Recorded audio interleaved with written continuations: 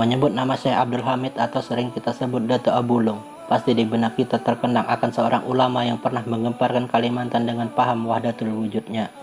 Sepak terjang beliau memang tak banyak yang mengetahui karena beliau tidak ada meninggalkan kitab karangan seperti ulama-ulama lainnya. Keilmuan beliau cuma dapat kita ketahui secara lisan dari mulut ke mulut atau dari para pewaris murid beliau. Banyak pendapat yang berbeda tentang kisah beliau yang ada menyatakan bahwa ilmu beliau salah atau menyalah. Tapi sebagian masyarakat Banjar bahkan hampir seluruhnya menyatakan bahwa Dato' Abulung ini adalah seorang wali Allah. Terlepas dari segala kontroversi yang ada, riwayat beliau sangat dicari oleh sebagian masyarakat Banjar.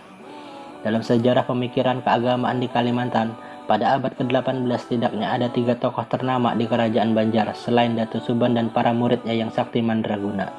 Pada masa itu, para ulama Banjar memang sangat terkenal dengan segala karomah dan kesaktiannya. Di antara 3 orang tokoh ternama dan terkenal tersebut adalah 1. Syekh Muhammad Arsyad Al-Banjari atau Dato' Kalampayan. 2. Syekh Muhammad Nafis Al-Banjari atau Dato' Nafis.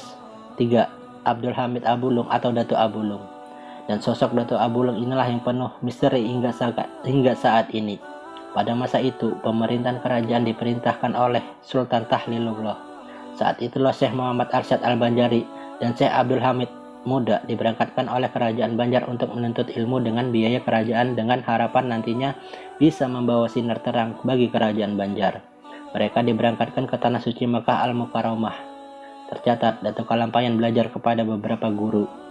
Sedangkan Dato' Abulung juga belajar kepada beberapa orang guru yang sayangnya tidak tercatat karena tidak adanya karangan beliau yang biasanya merujuk kepada guru-guru pengarang. Sepulangnya dari menuntut ilmu di Tanah Suci, Dato' Syekh Abdul Hamid mulai mengajarkan ilmu yang didapatnya dari guru-gurunya di Mekah kepada masyarakat sekitarnya.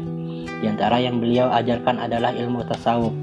Namun ilmu tasawuf yang beliau ajarkan kepada orang awam ini sangat berlainan dengan pelajaran tasawuf yang selama ini dikenal masyarakat. Dato' Abulung mengajarkan bahwa tiada yang mewujud hanya Dia, tiada yang mewujud lainnya, tiada aku melainkan Dia. Dia adalah aku dan aku adalah dia. Dalam pelajaran Syekh Abdul Hamid Abulung juga diajarkan bahwa syariat yang diajarkan selama ini adalah kulit, belum sampai kepada isi atau hakikat. Sedangkan pelajaran yang selama ini diyakini masyarakat umum yaitu tiada yang berhak dan patut disembah selain Allah. Allah adalah halik dan selainnya adalah makhluk. Tiada sekutu baginya. Ajaran Dato' Abulung ini kurang lebih seperti ajaran Abu Yazid Al-Bustami, Husain bin Mansur Al-Halaj, yang kemudian memasuki Indonesia melalui Hamzah Pansuri dan Syamsuddin di Sumatera, dan Syekh Siti Jenar di Pulau Jawa. Mendengar fatwa Dato' Abulung yang berbeda dari kebanyakan paham masyarakat pada waktu itu, maka gemparlah masyarakat yang menerima ajaran tersebut.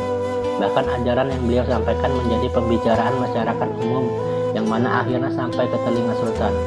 Sebelum Dato' Abulung dipanggil Sultan terlebih dahulu minta pendapat Syekh Muhammad Arsyad Al-Banjari tentang ajaran Dato' Abulung tersebut. Setelah menelaah beberapa kitab, kemudian diambil kesimpulan bahwa ajaran yang dibawa Dato' Abulung yang diajarkan kepada orang awam tersebut bisa menyesatkan masyarakat dan bisa merusak kehidupan beragama. Adalah kewajiban ulama dan umara melindungi keagamaan rakyatnya dari unsur-unsur yang membahayakan. Jika tidak dapat dengan jalan damai, maka lebih baik menyingkirkannya. Menolak mafsadah, keburukan, lebih didahulukan daripada mengambil manfaat. Melenyapkan seseorang untuk menyelamatkan orang banyak dibolehkan menurut hukum, malah terkadang wajib. Syekh Muhammad Arsyad Al-Banjari berdasarkan keputusan tersebut, maka dipanggillah Dato' Abulung. Salah seorang prajurit kerajaan disuruh untuk mendatangi Dato' Abulung sampai di tempat Dato' Abulung, lalu dipanggillah beliau. Satu riwayat menceritakan pemanggilan tersebut. Prajurit itu berkata, "Hai Syekh Abdul Hamid, Anda dipanggil Baginda Sultan." Kemudian dijawab oleh Dato' Abulung, "Syekh Abdul Hamid tidak ada, yang ada hanya Allah."